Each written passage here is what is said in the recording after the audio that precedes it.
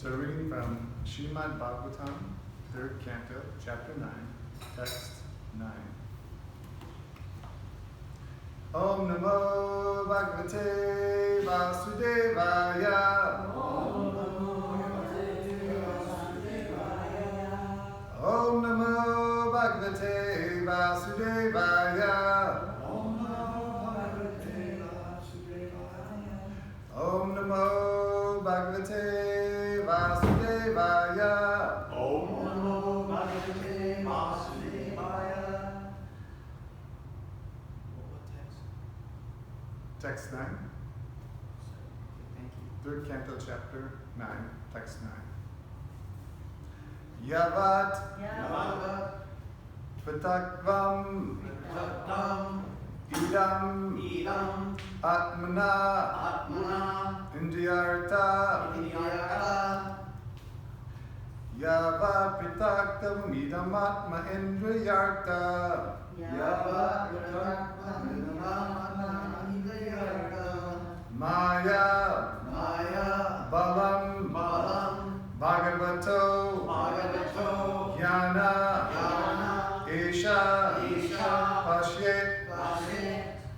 maya balam bhagavato jnana esha pashyet Maya balam bhagavato jnana esha pashyet Tavan na shamstir asau patisamkrameta Tavana samstir asupati samkrameta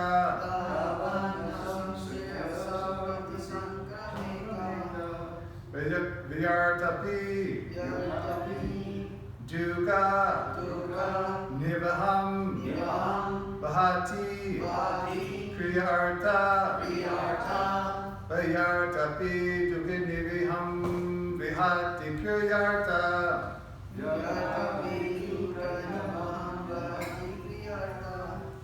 Yava Pritakta Midamatma Indrayarta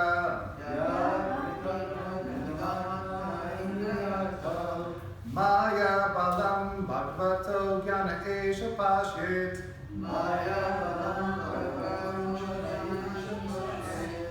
Tavan Samstir Asupati Samkarmeta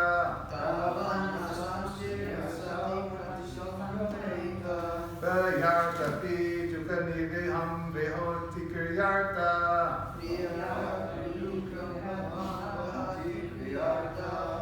Yava Pritakva Midamatma Indriyarta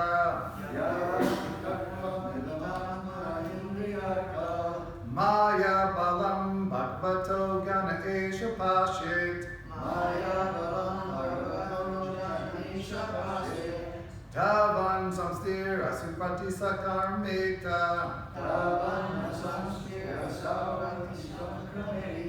Vyartapi Dukini Viham Vihati Kiryarta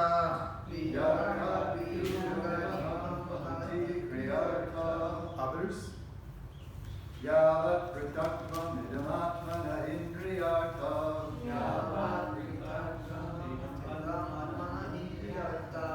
Maya Balam Bhagavato Jana Isha Pashyet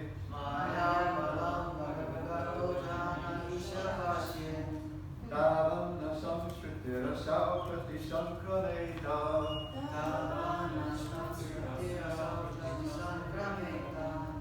Yarthapi dukkha nivaham bhati kriyartha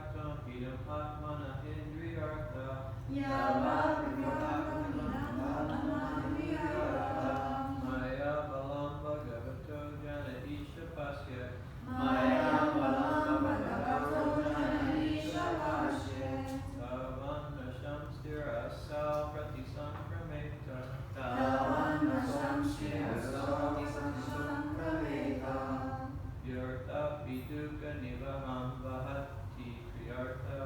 Yarta viduka nivaham bhati kriyarta. Yavat vitaktamam idam atmana indriyarta. Yavat viduka nivaham bhati kriyarta. Maya valam bhagavato jana isha pashyet. Maya valam bhagavato jana isha pashyet. Tavana samstir asal pratisankrameta. Tavana samstirasa pratisangrameta. Yarta viduka nivaham vahati kriyarta. Yarta viduka nivaham bhati kriyarta. Yavat, Yavat, as long as, vitakvam, separatism, idam, this, atmana, of the body, indriya arta, for sense gratification, maya balam, influence of external energy, Bhagavata, of the personality of Goddess, Jnana, a person, Isha, of my Lord, oh my Lord, thank you. Pashyat, sees, tavat, so long, na, not, samstriti, the influence of the material existence. Asal, that man, Pratisankarmeta, can overcome, Vyarta api, although without a meaning, Dukkha nivaham, multiple miseries, Vahati, bringing, Kriya arta, for fruitive activities. Translation. O my Lord, the material miseries are without factual existence for the soul. It is long as the conditioned soul sees the body as meant for sense enjoyment, he cannot get out of the entanglement of material miseries. Being influenced by your external energy. Please repeat. Oh, O my Lord, the material miseries are without factual existence for the soul, yet as long as the conditioned soul sees the body as meant for sense enjoyment, he cannot get out of the entanglement of material miseries. Being influenced by your external energy. Purport by His Divine Grace, A.C. Bhaktivedanta Swami Shiloh Prabhupada. The whole trouble of the living entity in material existence is that he has an independent conception of life. He is always dependent on the rules of the Supreme Lord in both the conditioned and liberated states. But by the influence of external energy, the conditioned soul thinks himself independent of the supremacy of the personality of Godhead.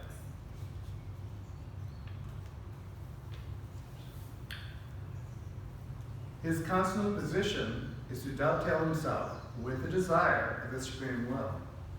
But as long as he does not do so, he is sure to drag on in the shackles of material bondage. As stated in Bhagavad Gita 2.55, Pachajatiya karman sarvam prati manogatan.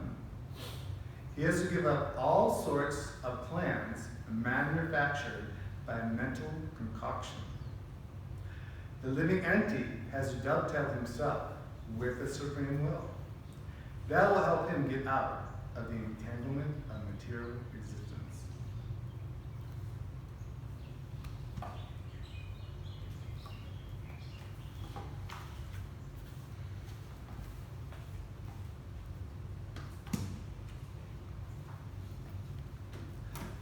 Jnantimirandasya Gnanjana Shilakaya Chaksu Nimilitam Etasmashi Virvedama Shri Chaitanya Manobhistam Chapitamen Bhule Svayakuramayam Daranti Svapadantikam Vandeham Shri Guru Shutapadakamalam Shri Gurum Vaishnavamscha Shri Rupam Sagratam Sarvaganatam Vitam Tam Sajivam Sabdavetam Sabrutam Prijanasitam Krishna Chaitanya Devam Shri Radha Krishna Paraha Saganulita Shri Vishakam Vitamscha Hey Krishna Krishna Sindhu Dino Bano Jagapate Gopisha Gopikanta Radha Kantanam Sute Tapta Kanchana Gaurangi Radha Nishri Vishvana Sudhadevi Harjanam Harapure Vancha Kalpatribhyascha Kripa Sindhu Vivacha Pitanam Padmubhyo Vaishnav Namo Namaha Harinam Harinam Harinam Evikeblam Lunas Games States to Trinaki Snuche Nato Vahisistina Marina Manadina Kitania. So this is a very wonderful purport, and one of the words that really kind of came out to me was this word pitatvam, separation. You see the separation. That the living entity is separating himself from God or Krishna. He's trying to find enjoyment within this. And we find that the more that one separates himself from the original source, which is Krishna, the more difficulty that he will have. We say, we can see within society that those that are sometimes the loneliest are separating themselves from society, that there's increased amounts of depression within this, because that living entity is separating himself. He thinks that he's the only one suffering this particular way and doesn't want to reach out. You can particularly find this in the West, where philosophically this country is built on this independent notion of, what's the famous thing by Frank Sinatra? I did it my way, right? So this is kind of the anthem for the American spirit, or you could say the Western spirit. But we can see that the living entity separating himself from God and separating himself from the living entities, that he just suffers more and more. That we have to come to terms to understand that if we're trying to find some kind of satisfaction with this material world, it can never be found through sense gratification. That the living entity is trying to find satisfaction in so many particular ways, and numerous amounts of ways of doing this, through drugs and through intoxication, through different types of illicit relationships, through money, through wealth, through power, through all these different types of things. And basically, we can boil everything down to one thing in this world that everyone's looking for. Everyone's looking for love. Everyone's looking to love and to be loved. But where's this love to be found in the material world? Everyone's coming up empty in this case. So we can understand here that Shiloh Prabhupada has given us, he's actually given us the instructions, right? How to find real love and real satisfaction within this material world. And this is an instruction for the whole world. It's just people don't know. And we can understand that there's so many people in this material world that are suffering in innumerable types of ways. And there are people that don't even realize they're suffering. They think they're enjoying a little bit, right? As Prabhupada gives the term chewing the chew, right? They're trying to find a little sense gratification through whatever it may be. And it's the examples given, like you're chewing a piece of gum, right? And you get a little flavor at first. It's very nice, like juicy fruit or something like that, right? And you get a little flavor, but then the flavor, goes away. It's just kind of, you just toss it out. But the living entities are constantly trying to grab that little sense joint that's within that gum, and they continue chewing it. But they become frustrated in so many particular types of ways. So the living entity is under this illusion that he can enjoy within this material world. But we should understand that the only real enjoyment is service to Krishna.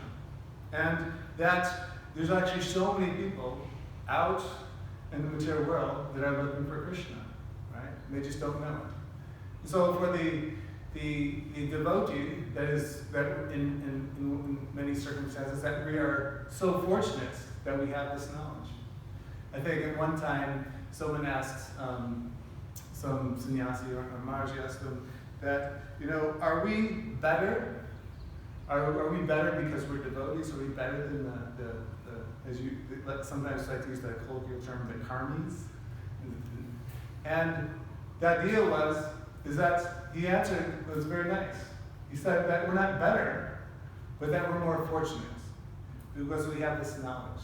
We have this knowledge to actually go back home, back to Godhead.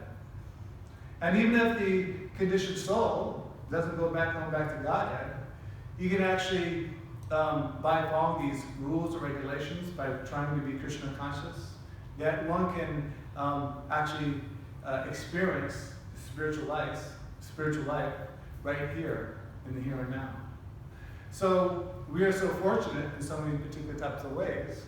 And so it's actually our duty to try to give this to others. Sometimes I remember being in UCLA, and I'd go there often and distribute books there.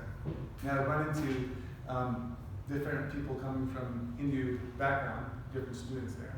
And they'd be very mad at me, right? And they'd say like, well, why are you doing this? Why are you pushing this religion on other people and let people find it for themselves, a particular thing? He was very angry. And I said, well, I'm not pushing it on anybody. I'm giving them the opportunity if they want to take it. And that's in the same way, if you have a cure for a horrible disease, you have a cure for cancer, and you find that cure, do you keep it for yourself? Or do you try to give it to others so they can benefit in their lives? Obviously, the answer would be that you want to see others free from suffering. So we can understand that in this world, people are suffering in so many particular types of ways. And that the only obstacle for the devotee is the material energy, right? So as stated here, either way, whatever you choose, whether you choose Krishna or you choose Maya, that you're going to follow a particular, you're going to be following Krishna's energies. It's just a matter of which one do you want to follow. And which one are you actually going to get benefit from, and which one will you suffer from? Now we can understand, even if one is thoughtful and even thinks, even in great difficulty can rise, if one can see these difficulties in one's life, if one can see difficulties as a way to actually improve oneself and use it as a stepping stone to become more spiritually serious. So we see the miseries within this world. Miseries come from our own minds, miseries coming from other living entities, miseries coming from the natural environment. These things will come. But if we see the difficulties in this world, instead of running away from difficulties, but if we face them actually head on, we become actually stronger. I think it was Nietzsche that once said that what doesn't kill us makes us stronger. So similarly, we may be put in particular situations, Krishna may put us in particular situations, that gives us actually opportunity to actually improve ourselves, to become stronger. I remember particularly when I was in Tallahassee, Florida, and we have a very small, it's like basically it's more like a preaching center. It's next to the university. And the temple president that was there, he had basically sunk the temple financially, and the GBC had asked me to run it. Little did I know what I was getting myself into. It's a good thing I didn't know, because I probably wouldn't have done it. But anyhow, I ended up doing it. But I remember, I was a temple president, but it was a small temple. But when people say, "Oh, you were the temple president," but I also let people know that I was also the head dishwasher. I was the person that cut up. I was the person that cooked, served it out. So I was kind of a one-man army there. I had some people that came and went. But I remember working from like 4:30 in the morning till about 8 o'clock at night when I could get my rounds done. And I remember I was like suffering so much. And I was like, I can't stand this, I have to go. And at that time, I didn't like it. And I was even getting mad with Krishna. Like, why am I in this situation? But now in retrospect, I look at it, and actually, I'm very grateful. I'm very grateful that Krishna put me in this position because it purified my senses. It actually taught me to be more sincere in my devotional service. Is that, will I stay in Krishna consciousness just when things are good? Or will I stay in Krishna consciousness no matter what? No matter what difficulties arise. And so there are many lessons to be actually learned within this. So similarly, Seneca was a very famous, he was a slave in Roman times, and he developed a particular philosophy called Stoicism. And one of the things he said is a gem cannot be polished without friction, nor a man perfected without trials.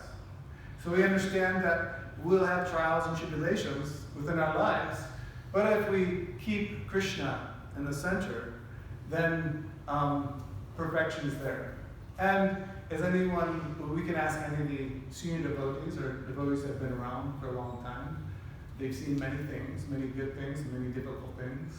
And the devotees that stayed through the tribulations and difficulties become very advanced. And so we have that opportunity because there are so many senior devotees here to actually learn from. To learn from when those difficulties arise. Because it's not a matter of difficulties not coming, it's just a matter of when they come. So instead of trying to evade or escape difficulties or hardships, we should actually face them head on. It is not the man who has too little, but the man who gives up his cravings that is poor. So the idea is that the material energy is very strong and it comes through different ways. And actually, Maya is so expert that she finds everyone's weakness. And we all have particular weakness, and we all have particular strength. So Maya comes and tries to find our weaknesses. And usually it comes in the form of material opulence. That if I get this much money, or if I have this nice car, or this nice house, or this particular situation, we understand, as Mars was saying so nicely the other day, is that whatever particular ashram may be in, one may be in the Grihastha ashram, one understands he uses whatever opulence he has, or whatever material things he has, for the service of Krishna. So Maharaj was stating, I thought was very nice, that he was, he had a very nice house, and he used the main area for a temple room, and invited so many people over to become Krishna conscious. So similar in the same way, it's not that we reject material opulences, that we can use material opulences, but we have to understand that we have to use it to actually help us advance in Krishna consciousness and to help the living entities come to Krishna. As Prabhupada stated that if he was just chanted under a tree, who would come, right? Particularly in the West, in the Westerners' mindset, and generally the world, you can understand, is that they're only impressed with big architecture, big buildings, or fancy cars, or how a person particularly dresses in a particular way. So to that degree, we use those things to actually attract people to Krishna consciousness. The whole point is building opulent temples, is to please Krishna, but also to attract the conditioned souls. And so Prabhupada was very practical in his way of preaching. Prabhupada was extremely renounced. I think we were talking about the other day, is that Prabhupada had so much material opulences at his fingertips. He had people that were willing to do anything for him, any of his disciples to do anything for him. He had millions of dollars at his expense, but he never used it for his own sense gratification. I think there was the idea that came up that I think it was a reporter that says, you're this spiritual person, but you have these Rolls Royces, and you're driving in fancy cars. And Prabhupada pointed out, actually, it's a duty of the disciple to treat the spiritual master as if he was God. Not that he is God, but they treat him as if he was God. So actually, they're just doing the bare minimum. And Prabhupada understood that Prabhupada never even asked for those things. It was his disciples, and the disciples trying to please the spiritual master. So Prabhupada was an anytime he was never attached to these things. And sometimes we can understand, sometimes we may not understand that sometimes when great material opulences come, they can be very intoxicating, right? it's easy for the person that doesn't have anything to renounce things. But one has great material opulences, that's more of a challenge, right? And we find oftentimes, like you can hear stories of rock stars and movie stars and people that have lots of wealth, they actually degrade themselves more because of it, right? They may die of a drug overdose or, just they degrade themselves in many different ways. Like it's understood oftentimes that people win the lottery, they end up getting this large amounts of money and they think, oh, my life will be wonderful now. But actually it runs into more problems. They have more friends that they never knew they had before. They may engage in heavy sense gratification like drugs and alcohol, and having particular types of addictions. Divorce rates actually rise quite higher. So the conditioned soul is thinking that if I get so much material opulence, I'll be satisfied and happy, but just the opposite is true. So as a devotee, we have to always kind of see what our position is and be as Krishna conscious as possible through the practice of Krishna consciousness and use everything in Krishna's service. Sometimes Krishna may put us in a poverty-stricken condition, and it's often said that Krishna takes everything away, he's giving you extra mercy. But even in some situations, that Krishna may give the devotee great opulence because Krishna understands that that person can handle that opulence, right? Sometimes we hear stories of devotees thinking, well, I'm going to go out and make lots of money to help spread Krishna consciousness. And what sometimes happens is they go out and they make lots of money, but sometimes they don't come back, or they have difficulty in their Krishna consciousness. So, similar the same way, Krishna sometimes puts us in particular conditions for our own benefit because he knows where we're at. And so we have to particularly always sing where we're at in this in the material world, trying to live a spiritual life. I think it was Jesus Christ that once said that one has to be in the world but not of the world. So we have to deal with the material world in a particular type of way. Everyone has to take care of their needs and necessities, shelter, food, things the same. But we have to understand just to the bare necessity. And we have to give up this independent conception. We have this, as I said within this purport, is that we have this independent conception of life, of trying to enjoy outside of Krishna.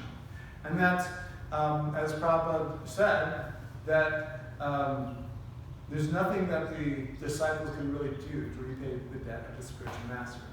It's unfathomable, because the spiritual master takes upon the karma and he delivers the conditioned souls back home, back to Godhead. But Prabhupada did say that your love will be shown how you cooperate together. So we may be different in so many types of ways. We have different desires and come from different backgrounds. And we all may have this strong independence. But we've got to understand, what is the higher good? Where is the higher purpose? How do we put aside our differences to come together to become Krishna conscious and help others become Krishna conscious? And this can be a great challenge. As we all know, anybody that's been in Krishna consciousness for a long time and living in ashrams, it can be quite a challenge to live with people in many ways. But we have to always be practicing the chanting of the holy name. And as it said, we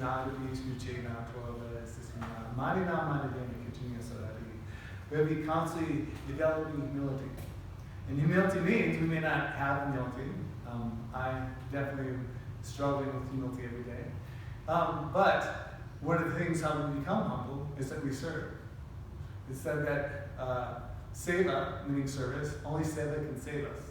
That we continually try to serve the devotees, and whatever a devotee may be. They may be senior devotees, they may be junior devotees.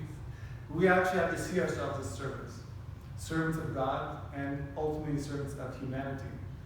That we're going out there to develop this mood of humility, to giving people Krishna consciousness. That people aren't necessarily attracted by knowledge, but they're attracted to the heart of that devotee. We can listen to many lectures, which is very important. We must develop knowledge and understanding. They go hand in hand. But the heart of the matter has to be there, right? That people don't care how much you know until they know how much you care. So we have to constantly develop this attitude of trying to put aside our own independence and our own self-interest desires for material enjoyment and to see the bigger picture of things.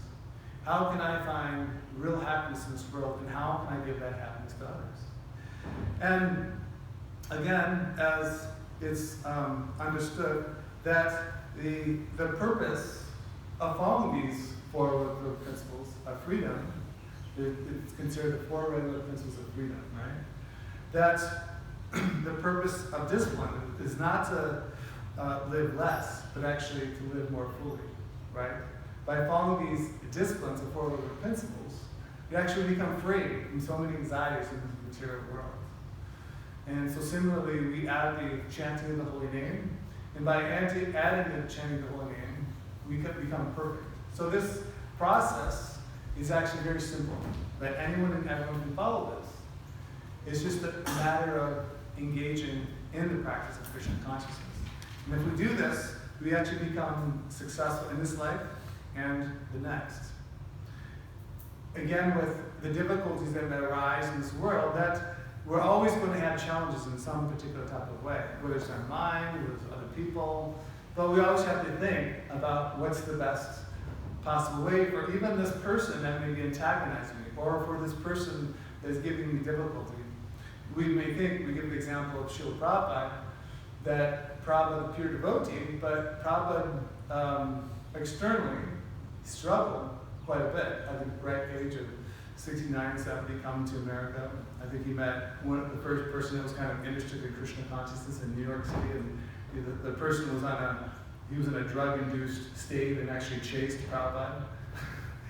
And so Prabhupada had to deal with so many difficulties of devotees not getting along. And so Prabhupada had so many struggles and so many difficulties, but he had firm faith in the order of his spiritual master, and he had great compassion for the entities. That Prabhupada, as everyone knows, would have been quite satisfied to stay in Radha Damodar and Vrindavan and meditate on holy names, which many of his godbrothers did. But Prabhupada knew that there was something higher than just residing in a holy place.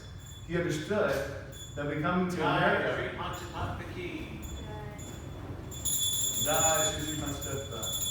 So he understood by coming to the West, giving Krishna consciousness to others, that he was actually bringing Vrindavan to the Western world. As we know, Vrindavan is a wonderful spiritual place in India, but Vrindavan is more a frame of mind. That one can be in Vrindavan in New York City, right? We understand New York City can be one of the most, certain parts of New York City can be one of some of the most hellish places in the world. But Srila Prabhupada was there, and he actually brought Vrindavan to such a place. So similarly, when we are serious and sincere in our Krishna consciousness, we can bring Vrindavan to the world. And by bringing Vrindavan to the world, we become very self-satisfied, or the idea is that there's the saying that you can throw me to the wolves, right? Throw me to the wolves, and I will return, leading the pack. So, similarly, whatever difficulties arise, we should take them very seriously and see these as challenges and to become more sincere in our practice of Krishna consciousness.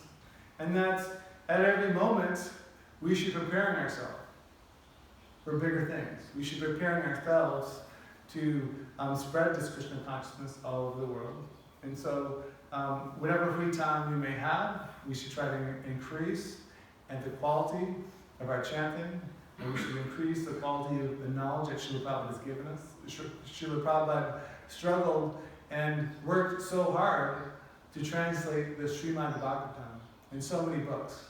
And so the least what we can do is understand Srila Prabhupada's books, continue to read them, and do as Srila Prabhupada did, and give this knowledge and make the whole world benefit and make ourselves benefit. And so it's a win-win situation. There's this idea of a win-win situation, and there's what you call a win-lose situation, and there's what's called a lose-lose situation. So a win-win situation is when you go out, you help others to benefit in their own lives. In the process of that, you benefit yourself. And sometimes there's the activity in the mode of passion. There's the win-lose situation, right? Where it's kind of like, it's like sometimes in sports, I have to beat this person, so I will win, and I'll be glorified, and this person will lose. And so one person wins, but one person loses. And then there's the other idea where there's kind of a lose-lose situation, where the person is kind of envious of another person, so he'll do anything he can to make that person's life more difficult because his life is difficult. And so we should try to develop this win-win situation, which is in the mode of goodness, so we benefit ourselves and benefit others. So if there's any questions or comments?